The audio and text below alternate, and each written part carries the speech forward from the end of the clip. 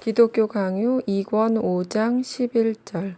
우리의 반대자들은 한 걸음 더 나아가 성경에 나온 비난은 만일 의지가 자유롭지 못하다면 의미를 상실한다고 주장한다. 논적들이 쓰는 셋째 종류의 논법은 앞에 있는 두 가지와 비슷하다. 그들은 배은망덕한 백성을 하나님이 질책하시는 그 구절들을 인용하기 때문이다. 거기서 하나님께서는 백성이 하나님의 지극한 자비에서 모든 좋은 것을 받지 못한 것은 그들의 허물 때문이라고 하신다. 이런 종류의 구절을 들면 다음과 같다. 아말렉인과 가나안인이 너희 앞에 있으니 너희가 그 칼에 망하리라. 내가 너희를 불러도 대답지 아니하였느니라. 그러므로 내가 실로에 행함같이 이 집에 행하리라. 또 너희는 여호와의 목소리를 청종치 아니하며 교훈을 받지 아니하는 국민이라. 이 때문에 주께서 그들을 버리셨다고 했다. 또 저희가 마음을 완강하게 하여 주께 복종하고자 아니하였으므로 이 모든 재난이 저희에게 임하였다는 말씀이 있다. 이런 질책은 당장 다음과 같이 대답할지 모르는 사람들에게 어떻게 적용될 수 있겠느냐고 그들은 말할 것이다. 곧 우리는 순경을 원하고 역경을 두려워했으며 그 순경을 얻고 역경을 피하기 위해서 주께 복종하지 않고 주의 목소리를 청종하지도 않은 것은 우리가 죄의 지배하에 노예가 되어 해방을 얻지 못했기 때문이다. 그러므로 우리의 힘으로 도망할 수 없는 악에 대해서 우리를 비난하는 것은 무리한 일이다라고 말한다. 그러나 필연성을 구실로 삼는 것은 무력하고 무익한 변명이므로 나는 그것을 무시하는 동시에 그들이 그 과오를 변명할 수 있느냐고 묻겠다. 그들이 그 과오를 범했다는 것이 인정된다면 그들이 패악해서 주의 자비의 혜택을 느끼지 못하는 것을 주께서 책망하시는 것은 당연하다. 그러므로 그들이 완고한 원인은 그들 자신의 패악한 의지라는 것을 부정할 수 있는지에 대해 대답해보라.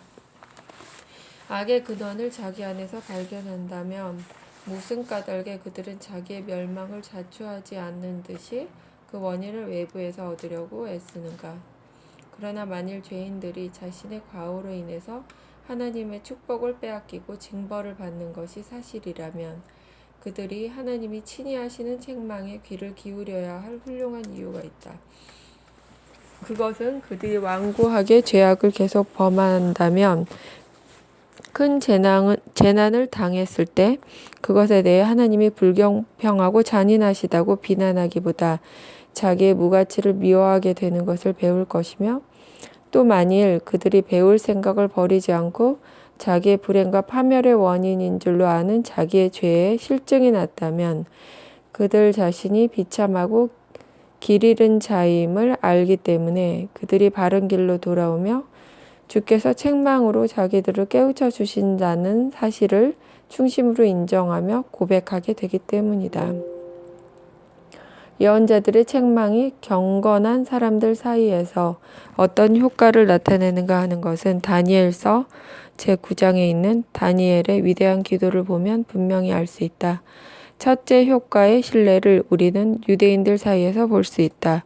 하나님께서 그들에게 예레미야를 보내 그들의 불행한 원인을 설명하라고 명하셨으나 이 일은 주께서 미리 말씀하신 대로였다.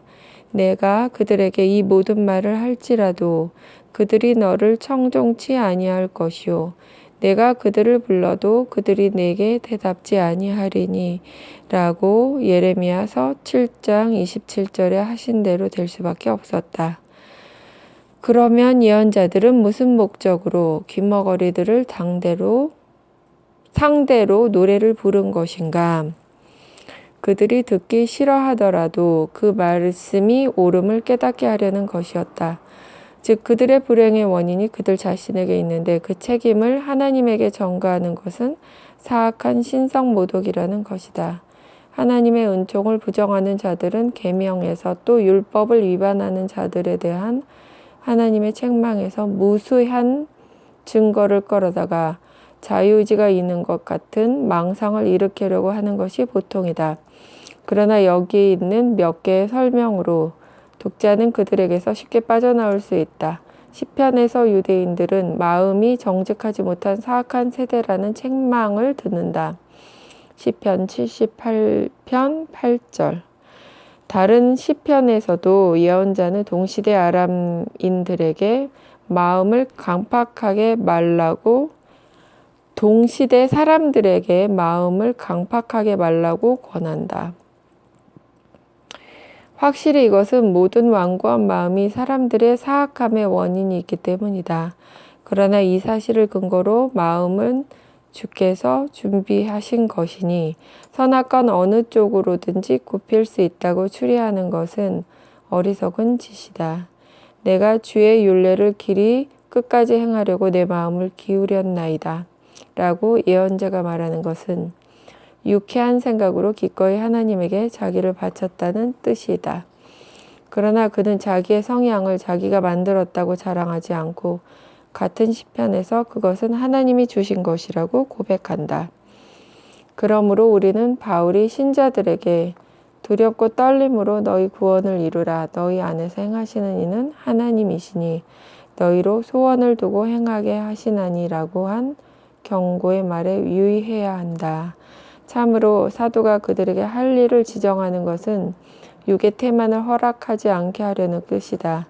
그는 두려움과 조심성을 명령해서 그들의 자만을 깼으며 그들에게 주어진 의무는 하나님 자신이 하시는 일임을 기억하게 한다. 여기서 바울은 신자의 행동이 이를테면 피동적임을 분명히 알리며 그들이 아무것도 자기 것이라고 주장하지 못하도록 능력은 하늘이 공급하는 것이라고 이유를 말한다. 또 베드로는 너희 믿음의 덕을 공급하라고 베드로후서 1장 5절에 권면하면서도 우리가 무슨 일을 독립적으로 할 수 있는 듯이 2차적인 의무들을 우리에게 지정하지 않고 다만 육에서 오는 나태를 분발시킬 뿐이다. 이 나태가 믿음을 자주 질식시키기 때문이다.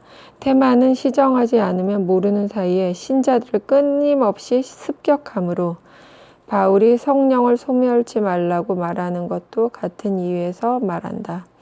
그러나 이것을 근거로 받은 빛을 키우는 것은 자기가 선택할 수 있는 일이라고 결론 짓는 사람이 있다면 이런 우둔한 생각은 쉽게 반박될 것이다. 바울이 명령하는 열성 그 자체는 하나님에게서만 오기 때문이다. 사실 성결케 하는 직책은 성령이 홀로 자기의 것이라고 주장하시지만 우리는 우리 자신을 온갖 더러운 것에서 깨끗게 하라는 명령을 자주 듣는다. 요컨대 하나님에게 속해 있는 것을 우리에게 양보해 주셨다는 것이 분명하다. 즉 하나님께로서 나신 자가 저를 지키심에라고 한다. 요한일서 5장 18절 말씀. 그런데 자유의지를 주장하는 자들은 우리가 한 부분은 하나님에 의해서 또 다른 부분은 자신에 의해서 보호를 받고 있는 것처럼 이 구절을 악용한다. 그들은 마치 사도가 우리에게 알게 해준 바로 이 보존이 하늘에서 오지 않은 것처럼 생각한다. 그리스도도 우리를 악으로부터 보호해 주시도록 아버지께 기도하신다. 또 우리는 경건한 자들이 사탄과 싸울 때에는 하나님의 무기만으로 승리를 얻는다는 것을 안다. 그렇기 때문에 베드로는 진리에 복종함으로써 우리의 영혼을 깨끗게 하라고 명령했을 때에 시정하는 의미로 즉시 성령을 통하여라고 첨부한다. 간단히 말해서 요한은 하나님께로서 난 자마다 죄를 짓지 아니하나니 이는 하나님의 씨가 그의 속에 거함이라고 가르침으로써 영적인 전투에서 사람의 힘은 전혀 도움이 되지 않는다는 것을 간단히 밝힌다. 그리고 다음 구절에서 세상을 이긴 이김은 이것이니 우리의 믿음이니라고 하는 말로 그 이유를 알린다. 기독교 강요 2권 5장 12절 신명기 30장 11절 이하 말씀. 그러나 반대자들은 우리의 설명에 강력히 반대되는 듯한 구절을 모세의 율법에서 인용한다. 모세는 율법을 공포한 후에 백성 앞에서 증언했다. 내가 오늘날 내게 명한 이 명령은 내게 어려운 것도 아니요 먼 것도 아니라 하늘에 있는 것이 아니니 오직 그 말씀이 내게 심히 가까워서 내 입에 있으면 내 마음에 있은즉 내가 이를 행할 수 있느니라. 그런데 만일 이 말씀은 단순히 교훈으로 주어진 것으로 해석한다면 당면 문제를 위해서는 적지 않은 중요성이 있다고 나는 판정한다.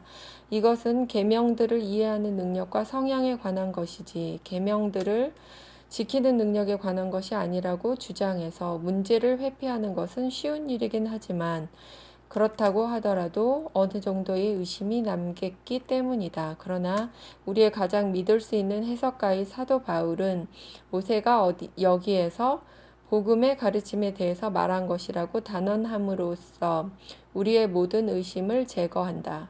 그러나 어떤 완고한 사람이 있어서 바울이 이 말씀을 복음에 연결시키기 위하여 심하게 곡해하고 있다고 주장한다면 이런 사람의 대담성은 불경건한 것이지만 우리는 사도의 권위를 빌 것 없이 그를 논박할 방법이 있다. 만일 모세가 교훈들에 관해서만 말한 것이라면 그는 백성에게 심히 허망한 자신을 불어넣은 것이 된다. 만일 그들이 율법을 지키는 것이 쉬운 일인 듯이 자기 힘으로 지키려 했다면 그것은 파멸로 돌진한 것 외에 달리 무엇이었겠는가? 율법에 접근하려면 반드시 죽음이 걸려있는 절벽을 지나야 하는데 그 율법을 지키는 능력을 어디서 찾을 수 있다는 말인가? 그러면 모세의 이 말씀은 자비의 언약을 의미한 것이 더할 나위 없이 분명하다. 그는 율법의 규정들과 함께 그 자비의 언약을 공표했던 것이다.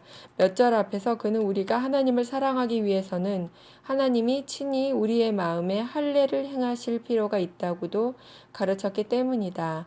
그러므로 그는 곧 뒤에서 말한 그 능력을 사람의 힘에 두지 않고 성령의 도움과 보호에 둔 것이다. 성령은 연약한 우리 안에서 자기의 사업을 힘차게 실현하신다. 이 구절도 단순히 교훈들에 대해 언급한다고 해석할 것이 아니라 복음의 약속들에 대해 언급한다고 해석해야 한다. 그리고 복음의 약속은 의를 얻을 능력이 우리 안에 있다고는 전혀 주장하지 않고 도리어 그런 능력을 전적으로 부인한다. 바울은 이러한 증언을 확인한다. 즉 복음 안에서 주어진 구원은 율법에 의해서 우리에게 제시된 어렵고 가혹하고 지키기에 불가능한 조건 아래 주어진 것이 아니라 쉽고도 언제든지 지킬 수 있으며 공적으로 따를 수 있는 조건 하에 주어진 것이라고 한다. 물론 율법에 의해서 주어진 구원은 모든 율법을 성취한 사람만 결국 얻을 것이다. 그러므로 이 성경 말씀은 로마서 10장은 인간 의지의 자유를 확립하는 데는 아무 가치도 없다. 5장 13절 하나님이 인간의 행동을 기다리신다는 것은 자유의지를 전제한다는 주장. 하나님께서 간혹 사람들을 시험하시는 의미에서 은총의 도움을 철수하시고 그들이 어떤 목적을 위해서 노력의 방향을 돌리는가를 기다려 보신다고 하는 구절들을 반대자들은 자주 끌어온다. 예컨대 호세아서에 내가 내 곳으로 돌아가서 저희가 내 얼굴을 구할 생각을 할 때까지 기다리리라는 말씀이 있다. 그래서 그들은 말한다. 만일 이스라엘 백성의 마음이 그 본유적인 능력으로서 어느 쪽으로든지 택할 수 있는 것이 아니라면 주께서 그들이 자기 얼굴을 구하게 될까 하고 생각하시는 것이 우스운 일일 것이라고 말하는 것이다. 마치 하나님이 예언자들을 통해서 백성이 그들의 생활을 바르게 고치기까지 그들을 멸시하며 버리시는 듯한 피를 극히 자주 하시는 것처럼 생각한다. 마치 하나님이 예언자들을 통해서 백성이 그들의 생활을 바르게 고치기까지 그들을 멸시하며 버리시는 듯한 말을 극히 자주 하시는 것처럼 생각한다. 반대자들은 이런 위협의 말씀에서 결국 무슨 결론을 내리려는 것인가? 만일 하나님의 버림을 받은 백성이 자기 힘으로 회심할 생각을 할 수 있다는 뜻으로 해석한다면 그들은 성서 전체에 반대하고 있는 것이다. 만일 회심에는 하나님의 은총이 필요하다고 인정한다면 무슨 까닭에 우리와 싸우는 것인가? 그러나 그들은 사람의 고유 능력을 보유하는 조건으로 은총이 필요하다고 인정한다. 무엇을 근거로 그런 생각을 증명하는가? 물론 그것은 그 구절이나 유사한 구절일 수는 없다. 사람에게서 물러서시고 그들이 자기 지혜만으로 무엇을 판 것인가를 고려하신다는 것과 사람이 가지고 있는 능력을 그 약한 정도에 따라 도와주신다고 하는 것과는 다른 생각이기 때문이다. 그러면 이런 말씀들은 무슨 뜻이냐고 묻는 사람이 있을 것이다. 하나님의 뜻을 바꿔 말한다면 다음과 같을 것이라고 나는 대답한다. 이 백성은 완고해서 경고와 권고와 책망이 아무 효과도 없으므로 나는 잠깐 물러서서 그들이 고통당하는 것을 조용히 내버려 두겠다. 오랫동안 재난을 겪고 나서 언제 나를 기억하고 내 얼굴을 찾게 되는지 볼 것이다. 주께서 떠나가신다는 것은 예언을 중지하신다는 뜻이다. 사람들이 그 다음에 무엇을 하는지를 보신다는 것은 하나님께서 얼마 동안 그들을 여러 가지 고난으로 조용히 말하자면 비밀이 시험하신다는 뜻이다. 이 두 가지 일을 하시는 목적은 우리를 더욱 겸손하게 만드시려는 것이다. 하나님이 성령으로 우리를 공손하게 만드시지 않는다면 우리는 시정을 받기 전에 역경의 채찍으로 타도되겠기 때문이다. 그런데 우리의 완고한 고집에 노하시고 심지어 지치신 주님께서 잠깐 우리를 떠나실 때에 바꿔 말하면 자기와 함께 계신다는 것을 항상 조금씩이라도 나타내시는 그 말씀을 바로 주시지 않을 때, 그리고 주가 계시지 않는 동안에 우리가 무엇을 하는가를 시험하실 때, 우리는 하나님 관찰하며 시험하실 어떤 자유의지의 힘이 우리에게 있다고 잘못 해석한다. 하나님이 일시 떠나시는 목적은 우리가 아무것도 아님을 자각하지 않을 수 없게 만드시려는 것뿐이다. 5장 14절.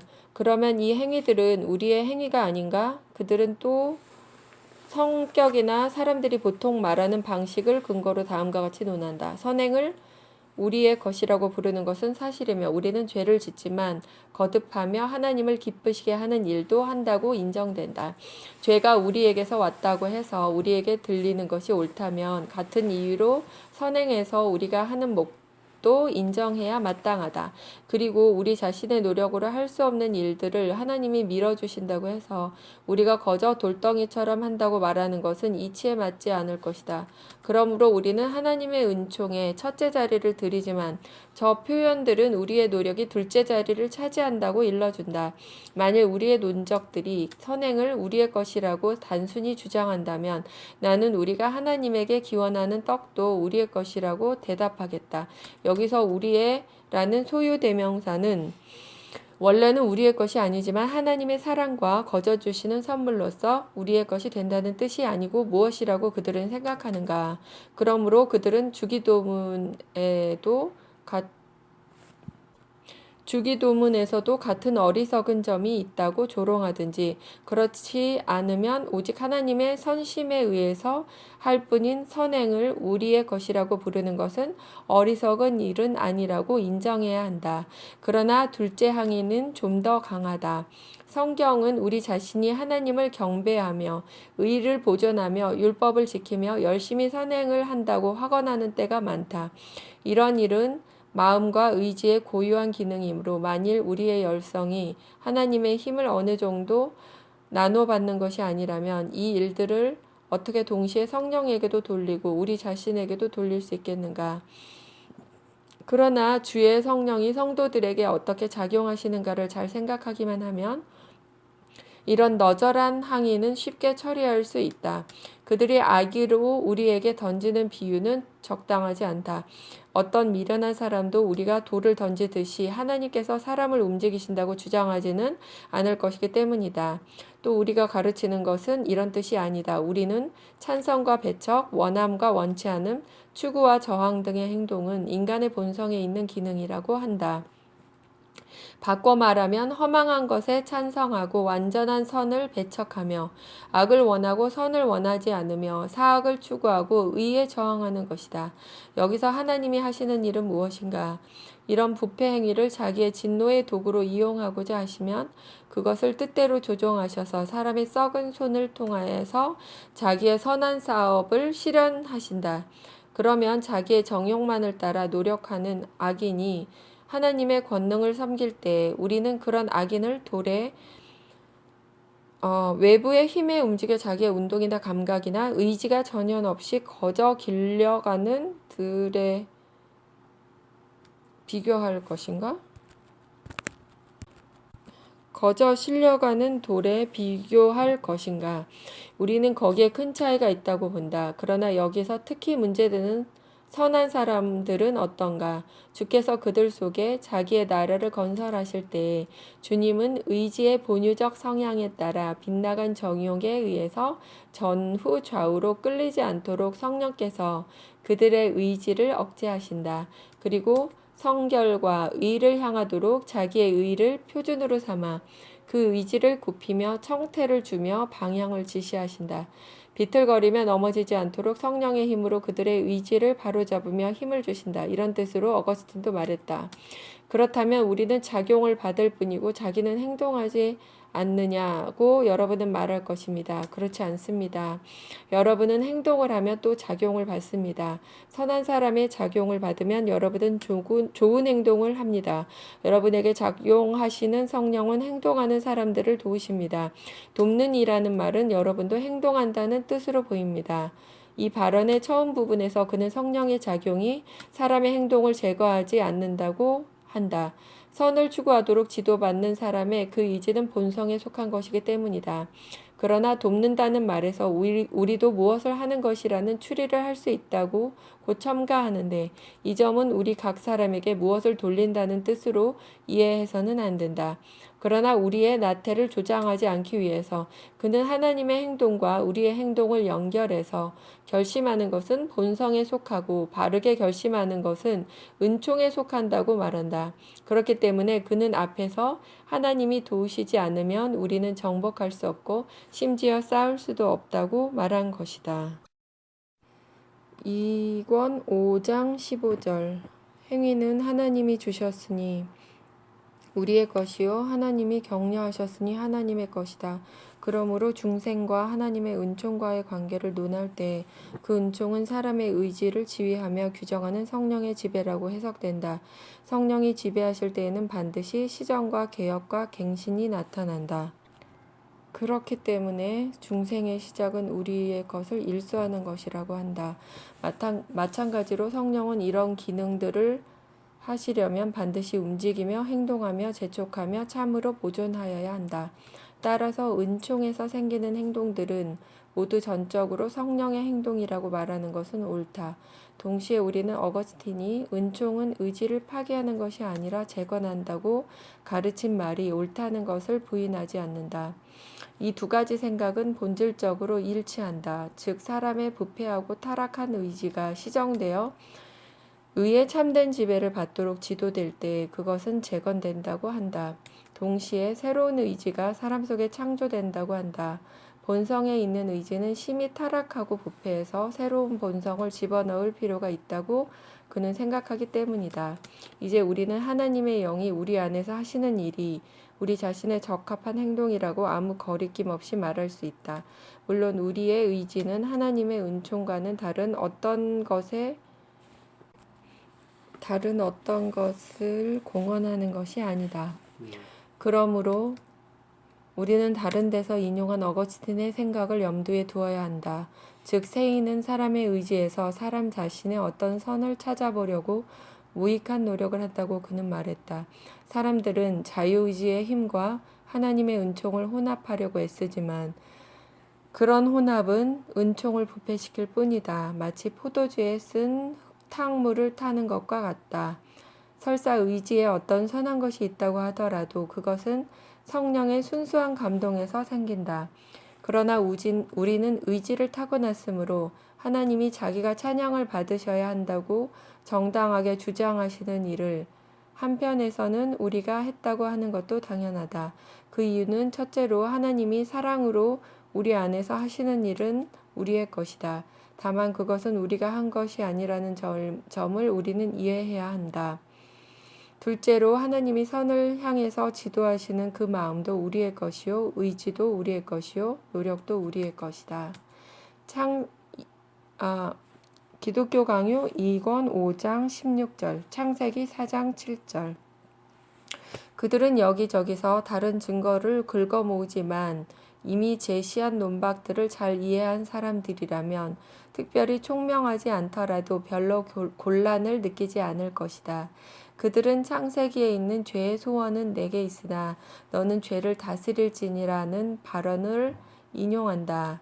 그들은 이 말씀을 죄에 적용해서 주께서 가인에게 약속하시기를 만일 그가 죄를 정복하려고 애쓸 결심을 한다면 죄의 힘이 그의 마음을 지배하지 못하리라고 하신 듯이 말한다.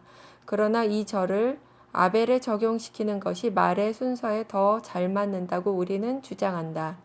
여기서 하나님은 가인이 아우에 대해서 품은 악한 시기심을 책망하려고 하셨기 때문이다. 책망하신 점은 두 가지였다. 우선 하나님 앞에서는 의로운 것만 칭찬을 받는 것인데 가인은 헛되이 범죄를 계획하여 하나님 앞에서 아우보다 나으려고 했다. 둘째로 가인은 하나님에게서 이미 받은 축복을 감사할 줄 모르고 아우가 자기의 권위하에 있었는데도 그 아우를 용납할 수 없었다. 그러나 그들의 해석이 우리의 견해와 반대되기 때문에 우리가 이 해석을 취하리라는 것이라는 인상을 줄는지도 모르는 까닭에 하나님은 여기서 죄에 대하여 말씀하셨다고 그들에게 양보하겠다. 그렇게 가정할 때에 주께서는 이 발언 내용을 약속하셨거나 그렇지 않으면 명령하셨을 것이다. 만일 명령하셨다면 인간의 능력이 있다는 증명은 거기서 나오지 않는다는 것을 우리는 이미 밝히 설명했다. 만일 약속하셨다면 가인이 정복하리라던 죄에 항복했으니 그 약속은 어디서 실현되었는가? 그 약속에는 무언중의 조건이 예컨대 내가 싸운다면 승리를 얻으리라는 식으로 포함되어 있었다고 그들은 말하려는 것일까? 그러나 누가 이런 핑계를 용인할 수 있는가? 이 지배가 죄에 관한 것이라면 말투가 명령법이며 우리가 할 수 있는 일이 아니라 힘이 미치지 못하더라도 마땅히 해야 할 일을 지정한다는 것을 아무도 의심할 수 없다. 그러나 일 자체로 보거나 문법의 원칙으로 볼 때 가인과 아벨을 비교한다고 해야 한다. 장자가 자기의 죄로 인해서 아우보다 낫게 된 것이 아니었다면 아우 밑에 들었을 리가 없겠기 때문이다. 5장 17절, 로마서 9장 16절과 고린도전서 3장 9절. 그들은 또 사도의 증언인 그런즉 원하는 자로 말미암음도 아니요 다른 박질하는 자로 말미암음도 아니요 오직 긍휼히 여기시는 하나님으로 말미암음이니라는 말씀을 이용한다. 이것을 근거로 그들은 사람의 의지와 노력에 어떤 것이 있고 그것은 비록 자체만으로는 미약하지만 하나님의 자비의 도움을 받을 때에 반드시 좋은 결과를 나타낸다고 추론한다. 그런데 만일 그들이 바울이 여기서 무슨 문제를 논하는가를 침착하게 생각한다면 그의 발언을 이렇게까지 경솔하게 곡해하지는 않을 것이다. 그들이 자기의 해석을 지지하기 위해서 오리겐과 제롬을 인용할 수 있다는 것을 나는 안다. 내 편에서는 어거스틴을 대립시킬 수 있다. 그러나 우리가 바울이 말하는 뜻을 이해하기만 하면 이들의 견해는 문제가 되지 않는다. 하나님이 자기의 자비를 받을 가치가 있다고 여기는 사람들만을 위해서 구원이 예비되었으며 하나님이 택하시지 않은 사람들을 위해서는 파멸과 죽음이 있을 뿐이라는 것이 사도가 가르치는 뜻이다. 그는 바로의 예를 들어 악인들의 운명을 지적했다. 그는 또 내가 긍휼히 여길 자를 긍휼히 여기리라는 모세의 증언을 인용해서 하나님의 거저 선택하심이 확실하다는 것을 단정했다. 그리고 나서 원하는 자로 말미암음도 아니요 다른 박질하는 자로 말미암음도 아니요 오직 긍휼히 여기시는 하나님으로 말미암음이니라고 결론지었다. 그러나 만일 의지와 노력이 이 무거운 짐을 질 만한 힘이 없으니 충분하지 못하다는 뜻으로 말한 것이라면 바울의 발언은 부적당할 것이다. 이러면 원하거나 다른 박질하는 사람에 달린 것이 아니라고 했으니 어느 정도의 원함과 어느 정도의 다른 박질이 있는 것이라고 하는 이 궤변을 그만두라. 바울이 말하는 뜻은 비교적 단순하다. 우리를 위해서 구원으로 가는 길을 준비하는 것은 사람의 의지도 아니요 노력도 아닌 하나님의 자비뿐이라고 한다. 바울은 디도에게 보낸 편지에서도 바로 이런 말을 했다. 하나님의 자비와 사람 사랑하심을 나타낼 때 우리의 행한 바 의로운 행위로 말미암지 아니하고 오직 그의 긍휼하심을 쫓아 원하는 자로 말미암으며 다른 박질하는 자로 말미암는다는 것을 부정했으니 원함과 다름질이 있다는 것을 바울은 암시한 것이라고 짓거리는 자들이 있다.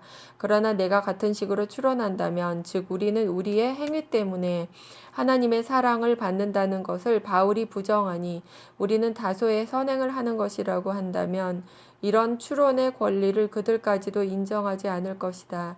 만일 이 추론에서 결점을 발견한다면 그들 자신의 추론에도 같은 오류가 있는 것을 깨달을 것이다. 어거스틴은 확고한 추론을 한다. 그러므로 만일 원하거나 다른 박질하는 것만으로는 부족하기 때문에 원하는 자로 말미암음도 아니요 다른 박질하는 자로 말미암음도 아니라고 말한다면 우리는 이 논법을 뒤집어서 하나님의 자비는 단독으로 행동하지 않으므로 하나님의 자비로 말미암음이 아니라고 할 수 있다. 이 둘째 추론이 불합리하므로 어거스틴은 주께서 사람의 의지를 준비하시지 않으면 사람에게는 선한 의지가 없기 때문에 이렇게 말한 것이라고 바른 결론을 내린다. 그리고 이것은 우리가 원하거나 다름질하지 말라는 뜻이 아니라 하나님이 우리 안에서 이 두 가지 일을 다 성취하시기 때문이라고 한다. 어떤 사람들은 우리는 하나님의 동역자들이요 라고 한 바울의 말을 비틀어서 똑같이 무지한 곡해를 한다. 이것이 교역자들이 국한된 말씀이라는 것은 교역자들에게 국한된 말씀이라는 것은 의심할 여지가 없다. 그뿐 아니라 그들을 동역자라고 부르는 것은 그들이 자기의 무엇을 공헌하기 때문이 아니라 하나님께서 그들에게 일할 능력과 필요한 은사를 주신 다음에 그들의 수고를 이용하시기 때문이다. 5장 18절 집회서 묵시문학서 중에 한 책의 15장 14절에서 17절 말씀. 그들은 집회서의 저자를 들먹인다. 이 사람의 권위가 의심을 받는다는 것은 세상이 알고 있다. 나는 이 저자를 거부할 수 있는 완전한 권리가 있지만 가령 그를 거부하지 않는다고 한다면 그는 자유의지를 어떻게 변호하겠는가? 그는 말한다. 사람이 창조된 직후에 하나님은 그가 자기의 지혜의 힘으로 살도록 맡기셨다. 그에게 계명들을 주셨다. 그가 계명을 지키면 계명이 그를 지키리라고 하셨다. 하나님은 그의 앞에 생명과 죽음, 선과 악을 두셨다. 어느 쪽이든지 그가 택하신 대로 주시리라고 하셨다. 사람이 창조된 때에 생명이나 죽음을 취할 능력을 받았다고 인정하자. 그러나 만일 우리가 사람은 이 능력을 잃어버렸다고 한다면 어떻게 되겠는가? 물론 나는 솔로몬이 하나님이 사람을 정직하게 지으셨으나 사람은 많은 꾀를 낸 것이라고 한 말에 반대하려는 것이 아니다. 그러나 사람이 타락해서 자기 자신과 가진 모든 것을 잃어버렸으므로 처음 창조되었을 때 그가 가졌던 것이 모두 다 반드시 곧 그의 부패, 타락한 본성에 적용되는 것은 아니다. 그러므로 나는 논적들 뿐 아니라 집회서 저자에게도 대답한다. 구원을 얻는 능력을 자기 안에서 찾으라고 사람들에게 가르치는 것이 그대의 소원이라면 우리는 그대의 권위를 존중하지 않으며 의심할 여지가 없는 하나님의 말씀에 대해서 그대의 권위가 조금이라도 편견을 일으키는 것을 인정할 수 없다. 그러나 가령 그대는 육의 악한 경향을 억압하며 육이 자기의 죄악을 하나님에게 전가하면서 헛된 자기 변호를 시도하는 것을 누르려는 생각뿐이며 따라서 정직한 마음을 사람 속에 넣으셨던 것은 사람의 파멸이 그 자신에게 있다는 것을 분명히 나타내기 위해서였다고 그대가 대답한다면 나는 기꺼이 찬성한다. 다만 한 가지 조건이 있다. 그것은 주께서 처음에 사람에게 베푸신 여러 가지 장식을 사람이 자기의 허물 때문에 지금은 빼앗기고 없다는 점에서 그대와 나의 견해가 일치해야 한다는 것이다.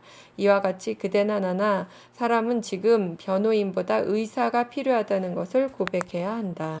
5장 19절 누가복음 10장 30절 들은 그리스도의 비유에서 강도를 만나 거반 죽게 되어 길에 벌어졌던 행인의 이야기를 무엇보다도 자주 인용한다.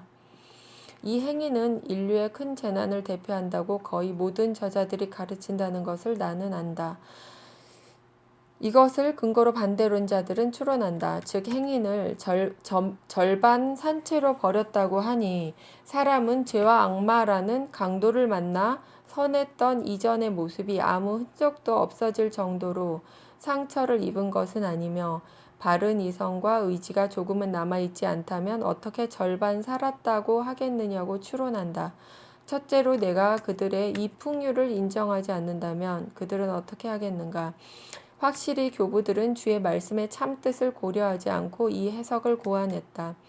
성경의 원칙이 지정한 한계를 넘어서 풍유 알레고리를 해석해서는 안 되며 어떤 교리의 완전한 토대로 삼는 것은 더욱 안 된다.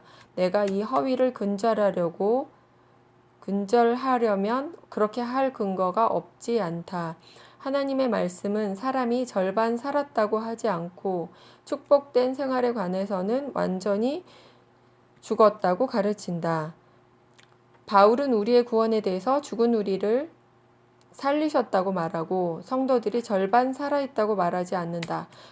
그는 절반 살아있는 사람들을 상대로 그리스도의 광명을 받으라고 호소하지 않고 잠자는 자와 무덤에 묻힌 자들을 상대로 한다. 같은 식으로 주께서는 친히 죽은 자들이 그의 음성을 듣고 살아나는 때가 왔다고 하신다. 사소한 암시를 들어 이렇게 많은 분명한 발언들에 반대하는 그들은 얼마나 파렴치한가. 그러나 그들의 이 풍요가 확실한 증언에 구실을 할 수 있다고 가정한다면 그들은 우리에게서 무엇을 얻어낼 수 있겠는가? 사람들은 절반 살아있다고 하니 아직 건전한 데가 있는 것이라고 그들은 말한다. 물론 사람은 천상적이며 영적인 지혜까지 도달할 수 있는 지성은 없지만 그의 지성에는 이해력이 있다. 그는 정직한 일을 다소간 판단할 수 있다. 하나님께 대한 진정한 지식은 얻지 못하지만 하나님을 조금은 알고 있다. 그러나 이러한 속성에 과연 어떤 가치가 있겠는가? 확실히 이런 속성들이 있다고 해서 여러 학과들의 공통된 찬동으로 인정된 어거스틴의 견해를 우리가 버려야 한다고 할 수 없다. 그는 사람이 타락한 후에 구원에 꼭 필요한 것을 거저주시는 선한 것들을 빼앗겼고 사람의 여러 가지 천품은 부패하고 오염되었다고 한다. 그러므로 우리가 틀림없는 진리, 어떤 공성기로도 흔들 수 없는 진리라고 인정할 것은 이것이다. 즉 사람의 지성은 하나님의 의에서 완전히 소외되었기 때문에 그 생각하고 원하고 행동하는 것이 불경하고 패악하고 악취가 나고 불순하고 부끄러운 것일 뿐이다. 사람의 마음은 죄의 독소가 속속들이 배어있기 때문에 그 호흡에서 나오는 것은 악취뿐이다. 어떤 사람들은 간혹 선한 외관을 보이지만 그 지성은 여전히 위선과 간계에 쌓여 있고 심정은 내면적 폐악성으로 결박되어 있다.